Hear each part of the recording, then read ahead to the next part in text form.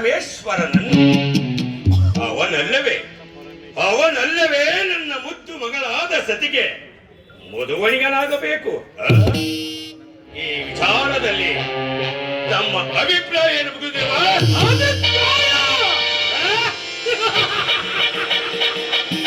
ಅವನೇನು ಸರ್ವೇಶ್ವರನೋ ಅಥವಾ ನಿನಗೆ ಜಾಮಾತನೋ ಅದೊಂದು ವಿಷಯವೂ ನನಗೆ ತಿಳಿಯದು.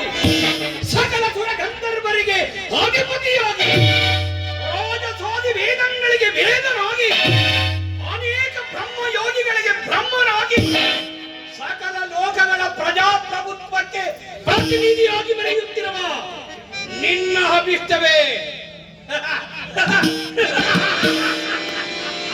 ನನ್ನ ಅಭಿಷ್ಟ.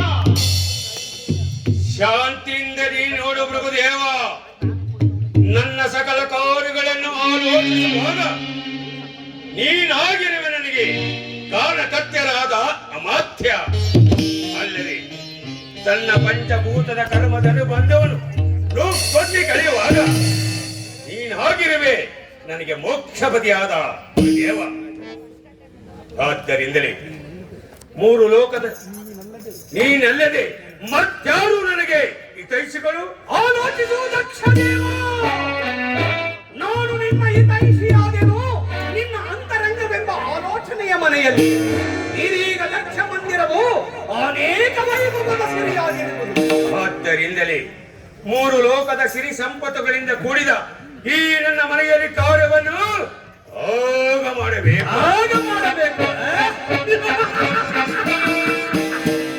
ನೆರವೇರಿಸು ನಿನ್ನ ಸುಜಾತೆಯರ ಕಲ್ಯಾಣವನ್ನು. ಗಂಭೀರದ ಶರದಿಯಂತೆ ಶಾಂತವಾಗಿ ರಂಜಿಸಲಿ ಈ ನಿನ್ನ ಮಂದಿರದ ಶರದಿಯಲ್ಲಿ.